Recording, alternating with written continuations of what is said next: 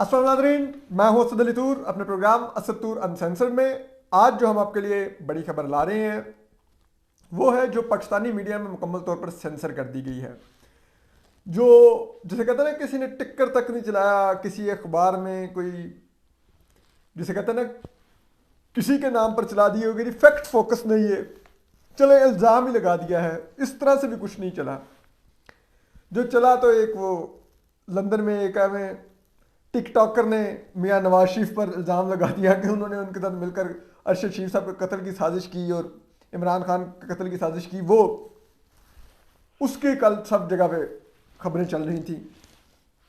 इस किस्म की मतलब वो जिसे कहते हैं ना, जिन खबरों को आपको चलाना भी नहीं चाहिए, जिनकी कोई हैसियत नहीं, सबको पता था ये मज़ का खेल किस्म का दावा है, क्या में स्टंट्स है, लेकिन उसको चलाया गया। लेकिन जो असल बड़ी खबर थी वो नहीं चलाई गई। तो हम उसी खबर को लेकर आ रहे हैं। वो है जो फैक्ट फोकस नामी एक प्लेटफॉर्म है। ये बड़ी खबरें करते हैं। इन्होंने ही आसिम सलीम बाजवा जो साबिक DGI थे और कोर कमांडर कोयटा थे, उनकी जो एक वो बिजनेस एम्पायर थी उसको बेनकाब किया था, जिसका आसिम सलीम बाजवा साहब ने कोई जवाब नहीं दिया और इमरान खान साहब ने वो जवाब एक्सेप्ट भी कर लिया था। जो उन्होंने कागज से हाथ से लिख कर दिया कि नहीं जी मेरे सारे जायज़ है माली मामला। तो इमरान खान साहब ने कहा हाँ आसिम बाजवा ठीक कर रहा है, और उससे इस्तीफा तक नहीं लिया था। उसने इस्तीफा दिया, उसका इस्तीफा वापस करवा दिया। तो अब हमारे PTI के दोस्तों को चाहिए, इमरान खान साहब को चाहिए कि वो भी जनरल कमर बाजवा के बारे में वही म्यार अपनाएं जो उन्होंने आसिम सलीम बाजवा के बारे में भी बनाया। दोनों बाजवाओं को एक ही पलड़े में रख के कम से कम PTI वाले एक ही पलड़े पर तोलें, ठीक है। लेकिन ये खबर अब जबकि मेन स्ट्रीम मीडिया पर सेंसर की गई है, और हमारे तो प्लेटफॉर्म का नाम ही असद तूर अनसेंसर्ड है, और हम खबर ही वो करते हैं जो पाकिस्तानी मीडिया में सेंसर की जाए या करवाई जाए। और हमें बड़ा हैरानगी होती है, अब ये फैक्ट फोकस की पाकिस्तान में वेबसाइट ब्लॉक कर दी गई है। क्या ज़रूरत है ये करने की? सबको मालूम है पाकिस्तान में वेबसाइट्स कौन ब्लॉक करवाता है, किस तरह ब्लॉक करवाई जाती हैं, किस तरह PTI को ये काम आते हैं। लेकिन बराए मेहरबानी ये छोड़ दीजिए ना। ये किस आपको अंदाजा ही नहीं आप किस सदी में जिंदा है। ये डिजिटल दौर है, ये डिजिटल एरा है। आपको लगता है कि आपने वेबसाइट ब्लॉक कर दी तो आप एक कबूतर है जिसने कहा मैंने आंखें बंद कर ली तो बिल्ली नजर मुझे नहीं देख सकेगी। पूरी बिल्ली आराम से कबूतर को देख रही होती है, तो ये पूरी दुनिया ये खबर पढ़ रही है, बात कर रही है। इससे बल्कि मजीद बेनकाब हुआ पाकिस्तानी मीडिया के। पाकिस्तानी मीडिया पे अभी भी सेंसरशिप है, और अभी भी फौज के इदारे के बारे में अभी भी कोई बात नहीं हो सकती। अगर फौज एपॉलिटिकल है और वो बिल्कुल तमाम अमूर से दूर हो गई है, तो उसको इन चीज़ों की फिक्र नहीं होनी चाहिए कौन क्या बात कर रहा है। फिर तो ऐसी खबरें चलनी चाहिए। तो हम वो खबर आपके लिए लेकर आ रहे हैं। वो है आर्मी चीफ जनरल कमर बाजवा, जो अभी 29 नवंबर को रिटायर होने जा रहे हैं। उनके और उनकी फैमिली के बिजनेस एम्पायर के मुतालिक है, जो कि ये अहमद नूरानी साहब की स्टोरी है, जिसके मुताबिक जो इसमें जनरल कमर बाजवा के अपने माली मामलात का जिक्र है, उनके जो बेटे के ससुर हैं उनके माली मामलात का जिक्र है, उनकी अहलिया के माली मामलात का जिक्र है, उनके दामाद के सॉरी उनकी बहू के माली मामलात का जिक्र है, उनके बेटे के माली मामलात का जिक्र है, और दूसरे इस किस्म के मामलात हैं जो कि बड़े दिलचस्प हैं हर लिहाज से और बहुत ही मालूमात से भरपूर है। तो इसलिए ये आप कह सकते हैं कि एक बहुत ही अच्छी इन्वेस्टिगेटिव स्टोरी है। इसमें ये जो चीज़ें मेंशन है, ये अगर दुरुस्त नहीं है ये हकायक, तो इनको चैलेंज किया जाए, किसी कोर्ट ऑफ लॉ में ले जाया जाए। वरना तो फिर ये, क्योंकि अहमद नूरानी साहब ने तमाम जो मालूमात उन्होंने दी हैं, उसके लिए उन्होंने तमाम मालूमात पर ही उन्होंने दस्तावेजात पर इन्हिसार किया है, जो टैक्स दस्तावेजात है जो इन्होंने शो किए हैं टैक्स रिटर्न्स में अपने। तो ऐसा नहीं है कि उन्होंने सुनी सुनाई पर स्टोरी कर दी, उनके पास तमाम उन्होंने दस्तावेजात साथ लगाई हैं स्टोरी के। तो या तो आप बताएं जी वो दस्तावेजात जाली हैं, तो फिर आप चैलेंज कर दें उनको कोर्ट ऑफ लॉ में।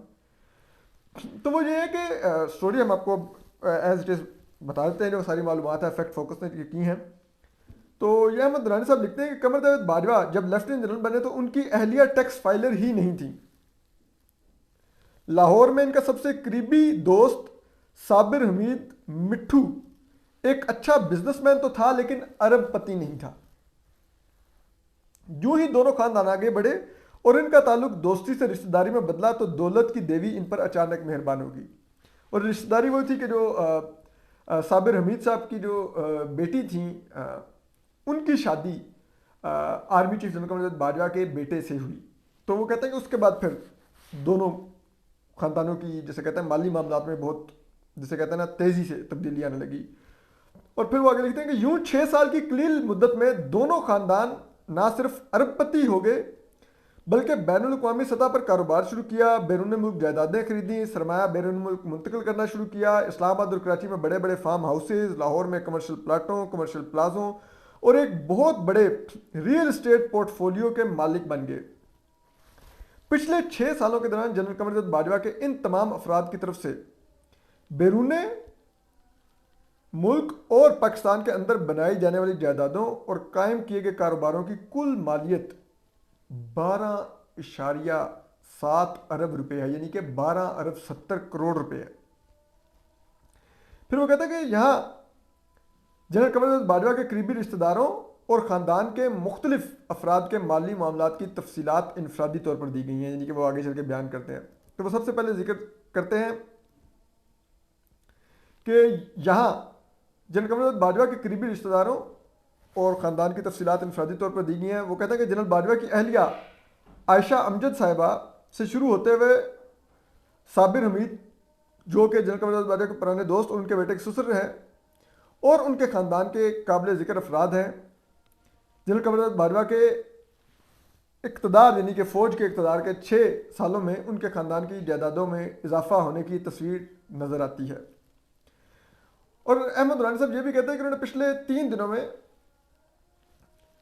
अफवाज पाकिस्तान के शोबा ताल्लुकात अमा के सरबराह मेजर जनरल बाबर इफ्तिखार से भी रब्ता की मुसलसल कोशिश की, उनको टेलीफोन कॉल्स की, मैसेज छोड़े, उन्होंने जवाब नहीं दिया। साबिर हमीद मिट्ठू साहब को भी उन्होंने रब्ता किया लेकिन उन्होंने बात नहीं की। और उन्होंने कहा कि अगर अब भी आर्मी चीफ या जनरल कमर बाजवा साहब और या साबिर हमीद साहब कोई वजाहत देना चाहे तो वो उसका, उनकी वजाहत एज इट इज़ चलाएंगे अपनी वेबसाइट पर। तो यानी कि मौका तो मौजूद है ये जवाब दें, बल्कि मैं तो अपना अनसेंसर्ड का फॉर्म भी पेश करता हूँ अगर ये आर्मी चीफ जवाब देना चाहिए, उनकी फैमिली में से कोई जवाब देना चाहिए। तो वो कहते हैं कि जी जनरल बाजवा, वो कहते हैं कहानी जनरल बाजवा की अहलिया आयशा अमजद से शुरू होती है। उनका सबसे पहले वो जिक्र कर रहे हैं उनके माली मामलात का। और जनाब मियाँ मिट्ठू और जनाब मिट्ठू यानी कि साबिर हमीद, जो कि जनरल बाजवा के पुराने दोस्त और उनके बेटे के ससुर हैं, इनके ख़ानदान के दीगर अफराद के रोज़ अफजू माली तरक्की जो कि अरबों पर मुंतज होती है। जनरल बाजवा ने माली साल 2013 में अपने टैक्स गोशवारों में अपनी अहलिया के नाम 3 जायदादें डिक्लेयर की, जिनकी तफसीलात दर्ज झैल है। 2013 के टैक्स गोशवारे जो मिसेस जनरल बाजवा के हैं, वो कहते हैं ये 3 जायदादें उन्होंने टैक्स गोशवारों में डिक्लेयर की उनकी अहलिया ने, आयशा अमजद साहिबा ने। वो थी DHA लाहौर के फेज़ 8 में 8 मरला का कमर्शियल प्लाट, जिसकी कीमत उन्होंने 30 लाख रुपए दर्ज की थी। 8 मरला के DHA फेज़ 8 में जो कमर्शियल प्लाट था उनका। फिर उन्होंने DHA इस्लामाबाद में 1 कनाल का प्लाट भी शो किया, जिसकी कीमत उन्होंने 15 लाख रुपए जाहिर की। फिर उन्होंने DHA लाहौर में के फेज़ 4 में 8 मरले का कमर्शियल प्लाट एक और भी जाहिर किया, जिसकी कीमत उन्होंने 25 लाख रुपए लिखी। ये उन्होंने 2013 में ये उन्होंने टैक्स गोशवारों में ये दाहिर किया। उन्होंने कहा कि इन तीनों जायदादों की कम अज़ कम मार्केट वैल्यू और इन असासों की तफसीलात जो जनरल बाजवा की अहलिया ने इसके बाद 6 सालों के दौरान जमा किए हैं कि तफसीलात इस सेक्शन के आखिर में मुलाजा फरमाएं। जनरल बाजवा ने इब्तदाई तौर पर यह टैक्स गोशवारे और वेल्थ स्टेटमेंट 30 नवंबर 2013 को जमा कराई थी। तहम चीफ ऑफ आर्मी स्टाफ मुकर्रर होने के बाद उन्होंने इसी साल से मुतल्लिका वेल्थ स्टेटमेंट्स में 3 बार 17 सितंबर 2017, 2 नवंबर 2017 और 8 नवंबर 2017 को नजरसानी की, यानी कि उसमें तब्दीलियां करवाई इस वेल्थ स्टेटमेंट में आर्मी चीफ साहब ने। उन्होंने कहा कि साल 2013 की नजरसानी शुदा वेल्थ स्टेटमेंट में जनरल बाजवा ने DHA लाहौर के फेज़ 8 में एक कमर्शियल प्लाट शामिल किया।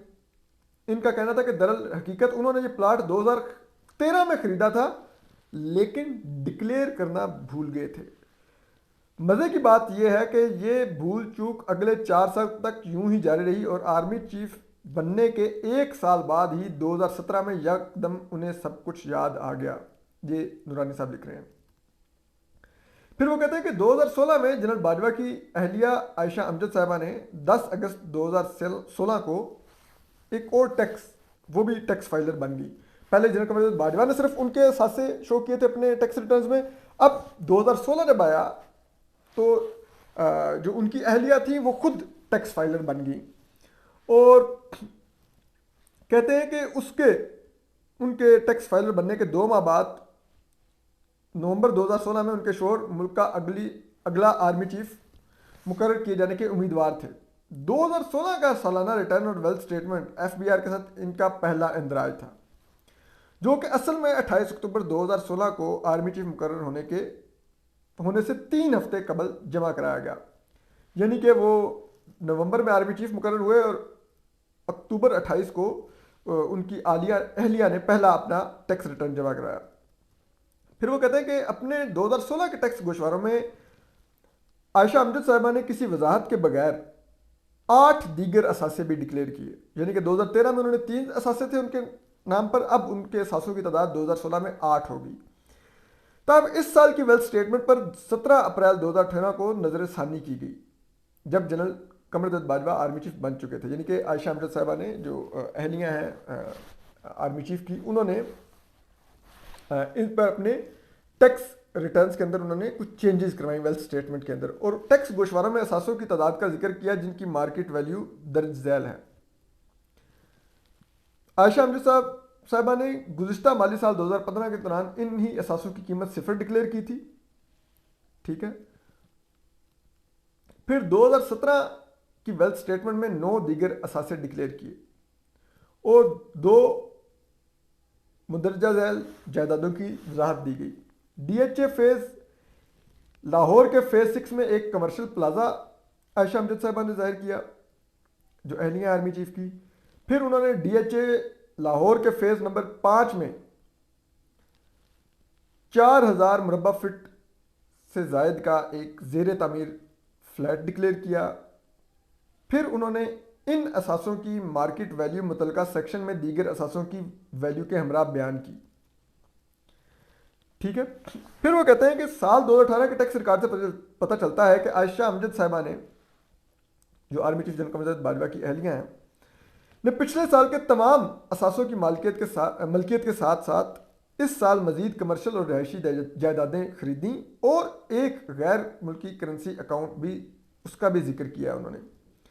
इस अकाउंट में $3,84,166 का बैलेंस शो किया, जो कि पाकिस्तानी करेंसी में तकरीबन 3.5 करोड़ और 91,000 रुपये बनते हैं, जो उन्होंने अपने फॉरेन करेंसी अकाउंट में शो किए। और फिर मज़कूरा बाला 5 कमर्शियल और रहायशी जायदादों की तफसीलात कुछ यूँ बयान की। फिर एक फार्म हाउस उन्होंने डीएचए कराची में पेशगी अदायगी करके लिया हुआ था। फिर एक उन्होंने पीएफ हाउसिंग स्कीम कराची में एक अपार्टमेंट लिया हुआ था, जिसे उन्होंने पहले प्लाट कहा लेकिन बाद में उन्होंने उसको तसी करके अपार्टमेंट कहा, लिखवाया। फिर उन्होंने 4 मरला commercial plot DHA phase 9 Lahore में शो किया। 4 मरला कमर्शियल प्लाट उन्होंने डीएचए फेज़ 9 लाहौर में एक और भी शो किया। फिर 6 चीन टावर इस्लामाबाद में अपार्टमेंट उन्होंने शो किया, जो उन्होंने पेशगी दगी कर दी हुई थी, और ये भी तकरीबन 2730 मुरब्बा फीट का अपार्टमेंट था। और डिक्लेयर्ड वैल्यू वेल्थ स्टेटमेंट में बयान की गई इन असासों की कम अज़ कम मार्केट वैल्यू भी वो कह रहे हैं कि हम आखिर में आपको बता देंगे। फिर वो कहते हैं कि 2019 के माली जो टैक्स गोशवारे थे आर्मी चीफ साहब की अहलिया के, उनमें तमाम जायदादें इसी तरह बरकरार रहीं मां सवाए एक के। इसके अलावा एक नई जायदाद भी डिक्लेयर की गई। आयशा अमजद साहिबा ने इस साल एक जायदाद बेची और इसका सरमाया 4,30,00,000 रुपए जाहिर किया। उन्होंने फौरी तौर पर तमाम पाकिस्तानी रुपयों को अमेरिकी डॉलर में तब्दील किया। याद रहे कि इन दिनों की पाकिस्तानी करेंसी की कदर तेज़ी से गिर रही थी, यानी कि 2019 में आपको पता है वो बहुत ज़्यादा असद उमर साहब वजीर ख़जाना जा चुके थे और रुपी डिवैल्यू हो रहा था। तो आर्मी चीफ की एहलिया ने जो ही अपनी जायदाद बेची, उन्होंने फौरी तौर पर उसको डॉलर्स में कन्वर्ट कर दिया उन पाकिस्तानी रुपयों को। उनको पता था कि कुछ दिनों में डॉलर मजीद ऊपर जाएगा तो रुपया मजीद डिवैल्यू हो जाएगा, तो उनकी जो पैसे की कदर है वो कम हो जाएगी। तो उन्होंने जो सब कोई भी बिजनेसमैन होता है वो इसी किस्म की चीज़ करता है। ये रकम गैर मुल्की करेंसी अकाउंट में 6,56,030 अमरीकी डॉलर तक पहुंच गई, जो कि पाकिस्तानी रुपयों में 66,83,330 रुपये के बराबर थी। यानी 6,60,83,330 रुपये के बराबर थी। दूसरे बैंक अकाउंट में नकद रकम और प्राइस बॉन्ड लाखों में थे और उनकी भी गोशवारों से तस्दीक की जा सकती है। और फिर उन्होंने इस साल कुछ और जायदादें भी खरीदी, जो खरीदी है जिनकी शनाख्त उन्होंने जाहिर की 2019 के टैक्स गोचरों में। DHA लाहौर के फेज़ 4 में कमर्शियल प्लाजा, DHA लाहौर के फेज़ में एक कोई दीगर असासा जिसकी निशानदही एक 8 मरला के कमर्शियल प्लाजा के तौर पर की गई, और DHA लाहौर में एक 500 गज का प्लाट जिसकी कोई तफसीलात बयान नहीं की गई। ये उनकी नई एक उन्होंने अपने असासे कुछ जाहिर किए। फिर 2020 में आयशा अमजद साहिबा की पिछली तमाम जायदादें इसी तरह बरकरार रही, लेकिन इसके साथ गुलबर्ग ग्रीन्स इस्लामाबाद में 2 बड़े फार्म हाउसेस खरीदे गए। फॉरेन करेंसी अकाउंट में बैलेंस $4,78,157 यानी कि पाकिस्तानी 3,99,90,330 रुपये हो गया। गुलबर्ग ग्रीन्स के सेक्टर बी में दोनों नए फार्म हाउसेस 10-10 कनाल के थे। आर्मी चीफ की एहलिया ने डिक्लेयर किया कि एक फार्म हाउस 5 करोड़ रुपए में खरीदा है, और यूं दोनों फार्म हाउसेस की मालियत उन्होंने 10 करोड़ जाहिर की। ताहम गुलबर्ग ग्रीन्स के सेक्टर बी में एक 10 कनाल के फार्म हाउस की कम से कम कीमत अहमद दुरानी साहब की स्टोरी के मुताबिक 15 करोड़ रुपए थी। लिहाजा 2 फार्म हाउसेस की कीमत दुरानी साहब की स्टोरी के मुताबिक 30 करोड़ रुपए होगी। इन फार्म हाउसेस में से एक गली 9A और गली 8 के संगम पर कॉर्नर प्लाट था। ये दोनों फार्म हाउसेस मुल्हिका हैं और गुलबर्ग ग्रीन्स की अहम तरीन जगह पर 20 कनाल पर मुश्तमिल ये खासी कीमती प्रॉपर्टी है। ये बयान वाज़े तौर पर एक गलत बयानी के ज़ुमरे में आता है। नूरानी साहब का ये फाइंडिंग है अपनी स्टोरी में। इसी तरह फिर लिखते हैं कि 2021 में इस साल भी तमाम जायदादें इसी तरह बरकरार रहीं। आयशा अमजद साहिबा के गैर मुल्की करेंसी अकाउंट्स का बैलेंस 5,91,831 अमरीकी डॉलर, जो कि पाकिस्तानी तकरीबन 5,98,46,330 रुपयों के बराबर था। आयशा अमजद साहिबा की अपने शोहर के आर्मी चीफ के तौर पर 6 साल दुरानिया में हासिल करदा असासों की वैल्यू मुदरजा झैल थी, मार्केट वैल्यू वो कह लें। 2 फार्म हाउसेस 30 करोड़ रुपए जो गुलबर्ग ग्रीन्स में वाक़ हैं। फिर तकरीबन 1 करोड़ बल्कि नहीं 187 मिलियन तो होगा, ये 18 करोड़ 70 लाख रुपए से उन्होंने DHA कराची में एक फार्म हाउस खरीदा। फिर उन्होंने 65 करोड़ रुपए का commercial plaza DHA Lahore phase 4 में उनका था। फिर 38 करोड़ 90 लाख रुपए का उनका एक 8 मरले का commercial plaza DHA Lahore phase 5 में था। फिर उनका 7 करोड़ रुपए का 4 मरले का कमर्शियल प्लॉट DHA फेज़ 9 में था। फिर उनका 7 करोड़ रुपए का एक और 4 मरले का कमर्शियल प्लॉट भी DHA फेज़ 9 में ही था। फिर उनका 8 करोड़ 80 लाख रुपए का इस्लामाबाद में सुख चैन में एक अपार्टमेंट है जो उन्होंने शो किया, तकरीबन जो 2730 मरबा फिट का है। ये सुख चैन F10 में आपको मालूम है बड़ा फेमस रेजिडेंशियल अभी प्रोजेक्ट बन रहा है, ज़ेर तामीर है। लेकिन फिर उन्होंने 12 करोड़ 50 लाख रुपए का DHA लाहौर फेज़ में एक 4000 मरबा फिट का एक फ्लैट जाहिर किया। ये फेज़ 5 में है DHA के। फिर इसी तरह उन्होंने 9 करोड़ 50 लाख रुपए डीएचए के फेज 2 की एक्सटेंशन में उन्होंने एक 500 गज का प्लॉट जाहिर किया, यानी कि 9 करोड़ 50 लाख रुपए जिसकी वैल्यू थी। फिर उन्होंने 1 करोड़ 10 लाख से 90 लाख के बीच में पीएफ हाउसिंग स्कीम कराची में एक अपार्टमेंट खरीदा और 160 यानी कि 16 करोड़ रुपए से जायद के उन्होंने कैश, बॉन्ड, जेवरात, बैंक अकाउंट्स और गैर मुल्की करेंसी भी जाहिर की। तो यूं उनके कुल माली असासों की मालियत, जो उनके कुल असासे थे, उनकी मालियत जो नूरानी साहब ने जो फाइंड की है वो बन रही है तकरीबन 2 अरब और 22 करोड़ 40 लाख रुपए। इसमें उनके जो रिहायशी और कमर्शियल प्लाट और रावलपिंडी में एक बड़ी निजी रिहाइश शामिल है वो शामिल नहीं है, जो कि आर्मी चीफ को बतौर आर्मी जनरल और COAS यानी कि आर्मी चीफ की हैसियत से दी गई, वो इसमें शामिल नहीं है। ये उसके बगैर उनके माली असासों की, उनके असासों की मालियत 2 अरब 22 करोड़ 40 लाख रुपए है। फिर वो कहता है कि 2016 में 0 से 2.25 अरब रुपए तक के उनके असासों का ये सफ़र सिर्फ 6 सालों के मुख्तसर मुद्दत पर मुहित है। याद रहे कि इसमें रिहायशी प्लाट, कमर्शियल प्लाट और फौज की तरफ से अपने शोहर को यानी कि आर्मी चीफ साहब को दिए गए मकानात शामिल नहीं है। ये वो उनकी अहलिया के माली असद से बयान कर रहे हैं आर्मी चीफ साहब की। फिर वो जिक्र करते हैं जी इसके बाद कि एक और फिर जो नौजवान पाकिस्तानी लड़की थी वो किस तरह से अरबपति हुई, तो वो उनके बारे में बताते हैं कि ये जो हैं जिनका ये जिक्र कर रहे हैं ये महानूर साबिर साहिबा हैं। ये अक्टूबर 2018 के आखिरी हफ्ते में एक नौजवान लड़की के कुल मालियत जो उनके असासों की थी वो 0 थी अक्टूबर 2018 में।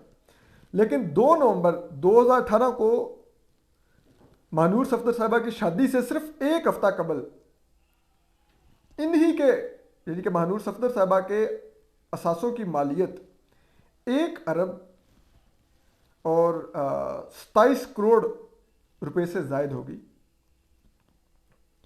वो कहते हैं कि महानूर सफदर साहिबा ने 2018 में FBI को इन जायदादों से आगाह कर दिया था, लेकिन फाइलिंग में इन जायदादों की खरीदारी को टैक्स साल 2014, 2015 और 2016 में हासिल जाहिर किया। इनको इस तरह डिक्लेयर करना ये जाहिर करने के लिए किया कि हर एक जायदाद दरअसल नवंबर 2016 से पहले खरीदी गई थी। नवंबर 2016 से पहले क्यों, ये इस वक्त वाजे नहीं, लेकिन वक्त गुजरने के साथ साथ ये वाजे होता जाता है। ये सालाना टैक्स गोशवारे माली साल 2017 के डिक्लेरेशन के साथ साथ 14 सितंबर 2018 और 23 अक्टूबर 2018 को जमा किए गए। बाद साल 2018 के डिक्लेरेशन में भी 17 दिसंबर 2018 को जमा कराए गए। ये आर्मी चीफ साहब की बहू के वो असासों की तफसीलात बता रहे हैं महानूर सफदर साहिबा के। फिर वो कहते हैं कि महानूर सफदर साहिबा की जायदादों में मौजूदा जलके लाहौर में एक 212 कनाल और 12 मरला का एक ज़रई फार्म हाउस भी शामिल है जो उनको दिया गया फिरोजपुर रोड के साथ, जिसकी मालियत इस वक्त तकरीबन 34 करोड़ रुपए है। इसी तरह DHA लाहौर के फेज 7 में सेक्टर C में 8 मरला के प्लॉट हैं और 4 मरला के कमर्शियल प्लॉट शामिल हैं, जिनकी कुल मालियत जो वैल्यू है वो तकरीबन 49 करोड़ रुपए बनती है। और इसी तरह महानूर साहिबा को एक ग्रैंड हयात प्लाजा में एक इस्लामाबाद में एक अपार्टमेंट दिया गया जिसकी मार्केट वैल्यू 7 करोड़ रुपए है। DHA गुजरांवाला में भी इनके पास एक कनाल के 8 प्लाट इनके पास आए, उसकी मालियत भी तकरीबन 7 करोड़ 20 लाख रुपए जाहिर की गई। और 2014 में शामिल कंपनी जो इन्होंने जाहिर की उसमें इनके 15,000 शेयर्स भी थे जो कि लॉ रेजिडेंस प्राइवेट लिमिटेड है, जिसकी कुल मालियत 15 मिलियन रुपए यानी कि 1.5 मिलियन रुपए यानी कि 15 लाख रुपए है। तो ये उनके बहू के असासे थे। फिर वो ये भी लिखते हैं कि महानूर साबिर साहिबा की नवंबर 2019 में एक ऑयल कंपनी टेक्स पेट्रोलियम की वो मैनेजर भी बन गई। फिर वो कहते हैं कि टेक्स पेट्रोलियम जो थी वो इस वक्त पाकिस्तान से बाहर एक बैरून मुल्क एक रजिस्टर्ड कंपनी थी जिसका हेड ऑफिस दुबई में था, जिसकी महानूर साबिर साहिबा जो आर्मी चीफ की बहू थी और उनके बेटे की बेगम थी, वो मैनेजर बन गई इस कंपनी की नवंबर 2019 में। हकीकत में ये पहली बार पाकिस्तान में ये कंपनी 14 नवंबर को रजिस्टर्ड हुई, ये टेक्स पेट्रोलियम।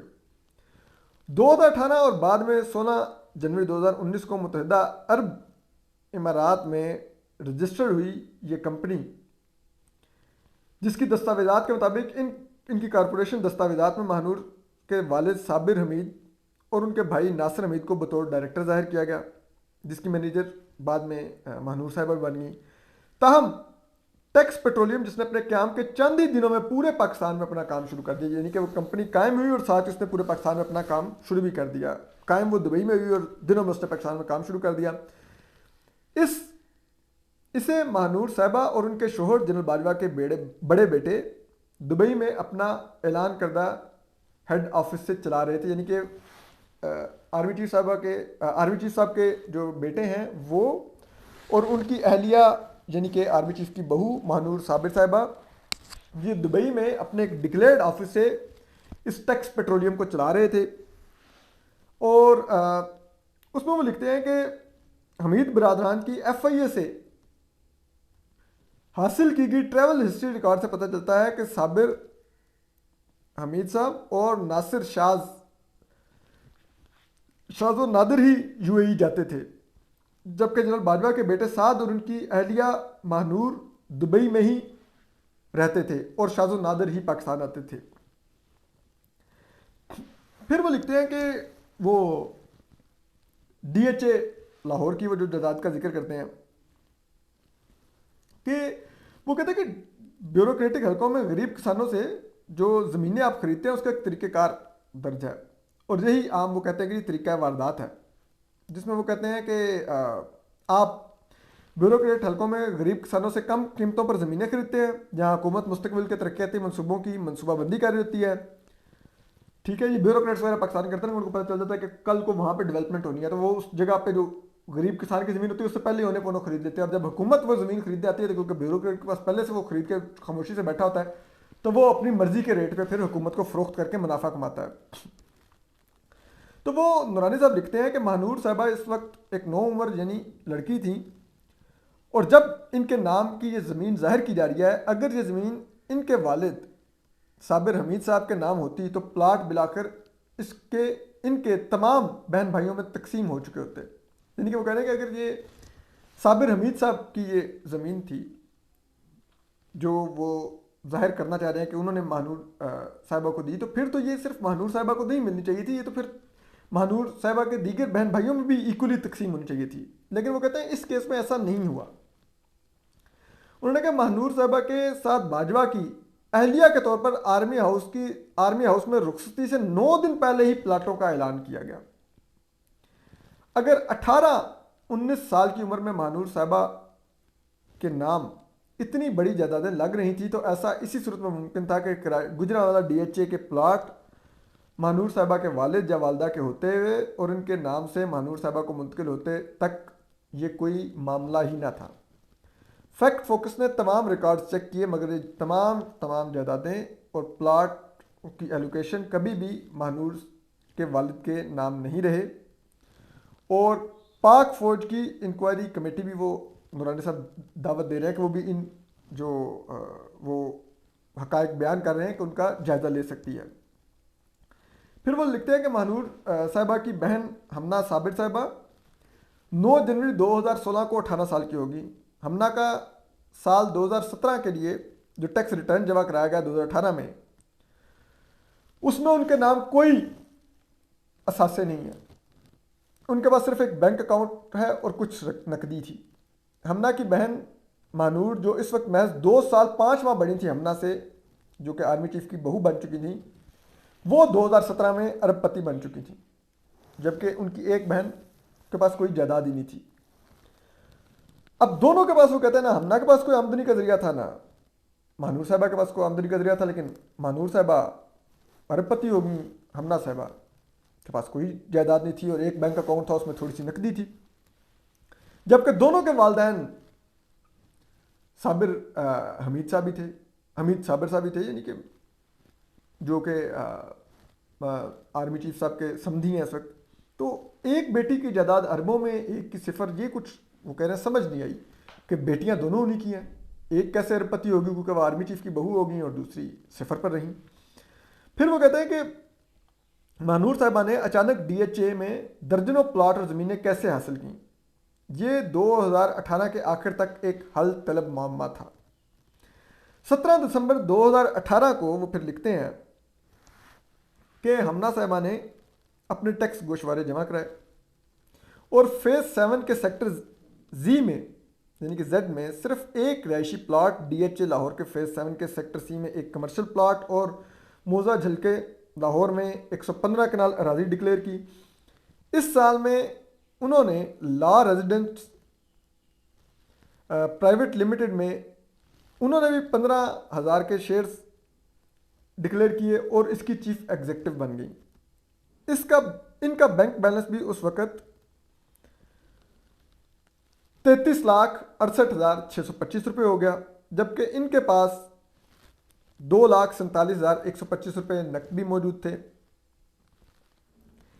एक ही वालदैन की बेटियां होने के बावजूद हमना साहबा के पास 2019, 20 और 21 में भी वही असासे रहे, जबकि इनकी बहन महानूर ना सिर्फ अरबपति बन गई बल्कि कारोबार भी उनका पूरे पाकिस्तान में फैल गया और उन्होंने मुत्तहिदा अरब अमारात में रिहाइश के साथ साथ कारोबार भी चलाना शुरू कर दिया। नहीं कह रहे कि एक ही वालदैन की दोनों बेटियां थीं। हमना साहबा ने जो असासे 2018 में जाहिर किए वही उनके 2019 में रहे, 2020 में रहे, 2021 में रहे, जबकि उनकी जो दूसरी बहन जो उनसे सिर्फ 2 साल बड़ी थी लेकिन वो आर्मी चीफ की बहू बन चुकी थी, तो उनके असासे मल्टीप्लाई कर गए इन 3 सालों में। फिर वो कहते हैं कि 4 बहनों में से तीसरी बहन 19 साल अकबा साबिर साहिबा का पहला टैक्स रिटर्न 2022 में जाहिर किया गया जब 15 साल की थी और ये टैक्स रिटर्न 2017 के लिए था जबकि उनकी उम्र 14 साल थी।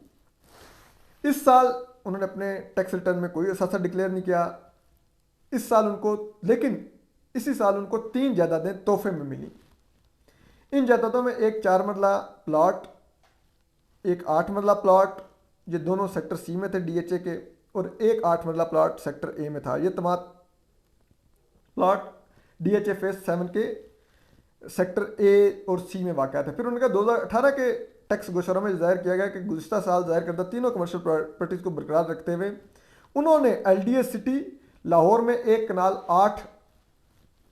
के 8 नए प्लाट खरीदे हैं और डीएचए में एक प्लाट जो कि 2 कनाल पर मुहित है, इसका एड्रेस भी उन्होंने लिखा हुआ है। फिर वो लिखते हैं कि जी इसी साल फिर वो जो एलए रेजिडेंस थी प्राइवेट लिमिटेड, उसके भी जो शेयर्स थे वो भी उनके नाम जाहिर किए गए जो कि 14,990 थे, जिनकी कुल मालियत तकरीबन 15 लाख रुपए बनती है। फिर वो कहता है कि 2019 में जब वो 16 साल की थी तो इनके टैक्स गोशवारों में डिक्लेयर किया गया कि उन्होंने डीएचए फेज 7 के सेक्टर सी में अपना 8 मरले का कमर्शियल प्लॉट 4 करोड़ रुपए में फरोख्त किया था, जो कि उन्होंने चंद माह कमल ही 56 लाख रुपए में खरीदा था। और इसी तरह इस मुद्दत में उन्होंने तकरीबन उस प्लॉट के ऊपर 3 करोड़ 40 लाख रुपए का प्रॉफिट कमाया, 3 करोड़ 4 लाख रुपए का प्रॉफिट कमाया। ये भी डिक्लेयर किया कि उन्होंने प्लाट की फ़रोख्त से हासिल होने वाले 4 करोड़ रुपए की जो उनकी आमदन थी वो उन्होंने अपनी वालदा को गिफ्ट कर दी। इस प्लाट को फ़रोख्त करने और रकम तोहफे में देने से उनके एहसासों में कमी वाक़ हुई और इसके बाद इनके एहसास 2020 और 21 में सेम रहे, यानी कि उनमें कोई तब्दीली नहीं हुई। फिर वो लिखते हैं कि मानूर की 3 बहनों में से सबसे छोटी 12 साल जो उनकी बहन है, उनके टैक्स गोशवारों जो जाहिर किए गए उनमें 22 अक्टूबर 2018 को जो उन्होंने टैक्स गोशवारे जाहिर किए, जो 12 साल जो बच्ची थी और उस वक्त उनकी उम्र सिर्फ 8 साल थी, उन्होंने 2017 के टैक्स गोशवारों में जब उनकी उम्र 7 साल थी, 2017 के टैक्स गोशवारों में उनको 5 जायदादें बतौर तोहफा मिली। इन जायदादों में एक 4 मरला प्लाट, एक 8 मरला प्लाट, दोनों सेक्टर सी में डीएचए फेज़ के, और एक 8 मरला प्लाट सेक्टर ए में डीएचए में फेज़ 7 में वाक़या था। दीगर 2 जायदादों में रिहायशी प्लाट थी जिनमें हर एक प्लाट जो था वो 2 कनाल का था। टैक्स गोशवारों 2018 के लिए इनकी 5 जायदादें बरकरार रहीं और इसी तरह इनको भी लॉ रेजिडेंस प्राइवेट लिमिटेड में जो एक छोटी बच्ची थी उनको भी 14,990 शेयर दे दिए गए जिनकी मालियत तकरीबन 15 लाख रुपए बनती थी। फिर जो वालदा थी इन चारों बच्चियों की, जो साबिर हमीद साहब की अहलिया थी साबिर साहिबा, उन्होंने भी 2013 में जो टैक्स गोशवारे उन्होंने जमा करवाए थे उनमें उनकी दौलत सिफर जाहिर की गई थी। लेकिन अपनी बेटियों की तरह उन्होंने भी अक्टूबर 2018 के अहम महीने में साल 2015, 16 और 17 के टैक्स गोशवारों पर नजर षानी की, यानी कि उनमें उन्होंने एडिशंस किए, चेंजेस की और 2015 में उनके जाहिर करदा असासों में डीएचए लाहौर में 2 प्लाट और 3 बैंक अकाउंट्स और नकदी शामिल हो गए। अपनी छोटी नाबालिग बेटियों के नाम डीएचए लाहौर के 8 प्लाट भी दिखाए। 2017 में इनके असासों में इजाफा हुआ। सादिया साबर साहिबा के पास लाहौर में 4 प्लाट्स के साथ साथ 3 बैंक अकाउंट्स और कुछ नकदी भी थी। एफबीआर के दस्तावेजात में इनकी एक बेटी के नाम पर 2 प्लाट दिखाए गए। टैक्स साल 2017 के लिए इसकी वेल्थ स्टेटमेंट में 3 बार नजरसानी की गई और हतमी वेल्थ स्टेटमेंट अक्टूबर 2018 में जमा कराई गई। सादिया साबिर साहिबा की 2019, 20 और 21 में पाकिस्तान में वही जायदादें बरकरार रहीं जबकि इनके बैंक अकाउंट्स में रकम मुसलसल बढ़ती रही। फिर साबिर हमीद उस मिट्ठू साहब जो कि आर्मी चीफ के समधी भी हैं और उनकी बेटे के ससुर भी हैं, उनका वो कहते हैं कि 2013 में साबिर हमीद साहब का जो टैक्स था वो 10 लाख रुपए से कम था और आने वाले सालों में यही साबिर हमीद साहब लाहौर के एक अरबपति प्रॉपर्टी टाइकून बन गए और इन्होंने अपने बैरून मुल्क असासे भी मुंतकिल करने शुरू कर दिए। अब वो लिखते हैं कि जी एफबीआर के दस्तावेजात से पता चलता है कि 2014 में साबिर हमीद साहब के जाहिर करदा असासों में लाहौर के मुख्तलिफ इलाकों में 18 जायदादें, 16 मिलियन रुपए का कारोबारी सरमाया यानी कि 1 करोड़ 60 लाख रुपए का एक मर्सिडीज बेंज और 15 करोड़ 20 लाख रुपए नकद शामिल थे। उन्होंने 7 जायदादें किसी दूसरे असासे के तौर पर और 9 जायदादें दूसरों के नाम पर असासों के तौर पर जाहिर की। खानदानी रवायत के मुताबिक साबिर साहब ने भी 2016 में 2014 के लिए अपनी वेल्थ स्टेटमेंट्स पर नजरसानी की और उन्होंने कहा कि टैक्स 2015 में इनकी जायदादें वही रहेंगी। इनका कारोबारी सरमाया बढ़कर 22 मिलियन रुपए तक पहुंच गया। किसी दूसरे असासों की तफसीलात फराहम किए बगैर ऐलान करदा असासों के तौर पर जाहिर करदा डिक्लेयर जो इनकी जायदादें थी वो उनकी तादाद में 4 जायदादों की कमी होगी, यानी कि 4 जायदादें रह गई। 2018 में साबिर साहब की बेटी ने जनरल कमर बाजवा के बेटे से शादी की। साबिर हमीद साहब की जो बेटी थी जिनका पहले जिक्र भी हो चुका महानूर साहिबा, और इसी साल उन्होंने बैरून मुल्क जायदादें मुंतकिल करना शुरू कर दी। साबिर हमीद साहब ने अपने नाम पर 21 जायदादें डिक्लेयर की जिनमें से 31 मिलियन रुपए का कारोबारी सरमाया यानी कि 3 करोड़ 10 लाख रुपए का उन्होंने कारोबारी सरमाया जाहिर किया। 7 करोड़ 80 लाख रुपए की उन्होंने नकद रकम जाहिर की। फिर उन्होंने 98 करोड़ 50 लाख रुपए की प्रॉपर्टी में शेयर जाहिर किए। फिर उन्होंने 13 करोड़ 68 लाख रुपए का law residence private limited loan, best venture limited में कुछ शेयर्स और एचडीए इन्वेस्टमेंट में 76 करोड़ 40 लाख रुपए की सरमायाकारी जाहिर की। फिर उन्होंने साबिर हमीद साहब ने बैरून मुल्क भी 31 करोड़ 20 लाख रुपए की जायदादें जाहिर की और 51 करोड़ रुपए का उन्होंने कारोबारी सरमाया जाहिर किया। 2 बैंक अकाउंट्स उनके बरकरार रहे। साल 2016 के लिए लेकिन टैक्स रिटर्न बताते हैं कि इनकी कुल जायदादों की तादाद बढ़कर 20 हो गई और कारोबारी सरमाया इनका जो था वो पिछले साल तो 3 करोड़ 10 लाख था, लेकिन इस साल वो बढ़कर आप कह लें कि 27 करोड़ रुपए हो गया। और किसी दूसरे असासों की तादाद बढ़कर 7 होगी। साल 2017 में इनके नाम पर जायदादों की तादाद 22 होगी और कारोबारी सरमाया बढ़कर 28 मिलियन रुपए हो गया। 2019 में साबिर हमीद साहब के नाम पर 20 जायदादें थी, जिनमें 129 मिलियन रुपए का कारोबारी सरमाया और 76 करोड़ 40 लाख रुपए की सरमायाकारी और 27 करोड़ 32 लाख रुपए कैश और फिर इसके अलावा 21 करोड़ रुपए के शेयर्स भी शामिल थे। गैर मुल्की जायदादों में साल 2019 में इनके कुल असासों की जो मालियत थी जो पाकिस्तान से बाहर थे वो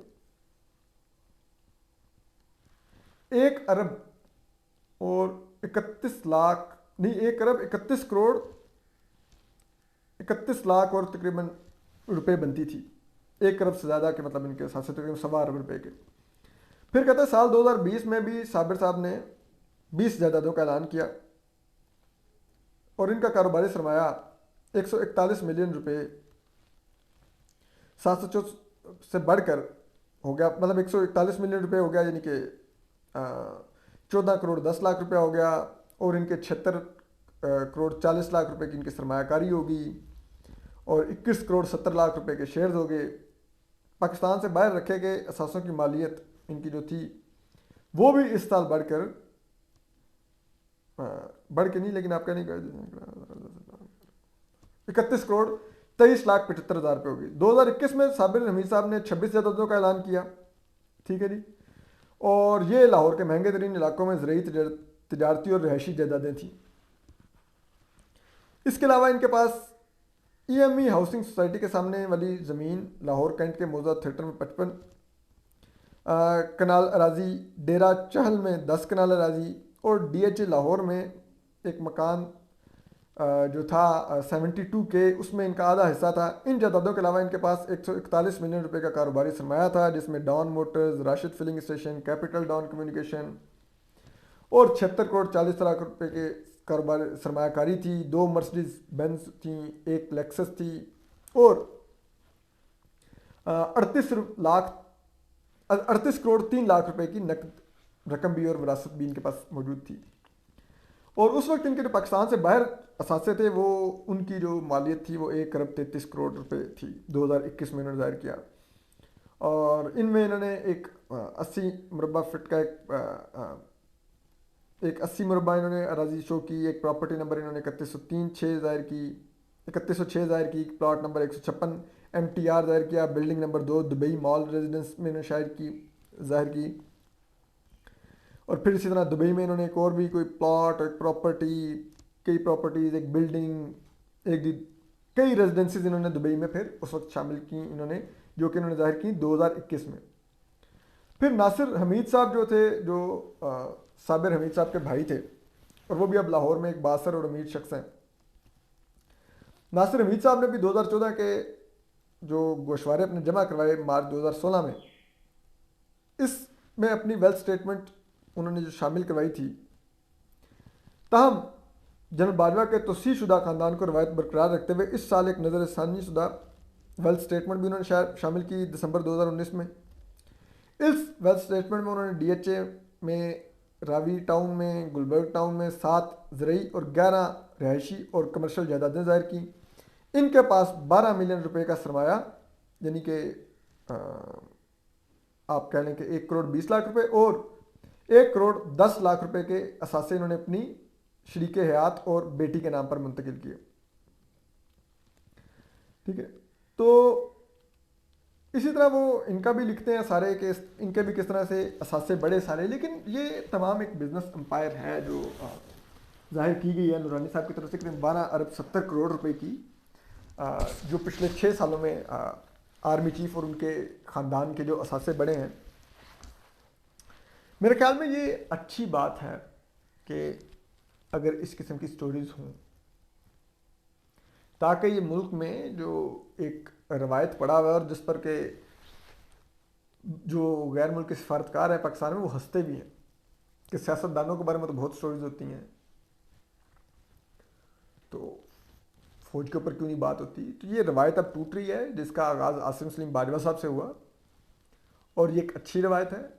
इससे पाकिस्तान उसका आलमी सतह पर इमेज बेहतर होगा कि ये पैगाम जाएगा कि ये स्टोरीज़ पाकिस्तान में हो सकती हैं, लेकिन उसके लिए ज़्यादा बेहतर यह है कि ऐसी स्टोरीज़ हों तो उनको सेंसर ना किया जाए, ताकि ऐसी स्टोरीज़ करने वालों की हौसला अफजाई हो और हमारे इदारे भी उस जगह पर खड़े नजर आए कि वो खुद को एहतसाब से बालातर नहीं समझते और वो माइट इज़ राइट के असूल पर कारबंद नहीं है। तो बहरहाल हम आपको अपडेट करते रहेंगे। अपना ख्याल रखिए। अल्लाह हाफिज़।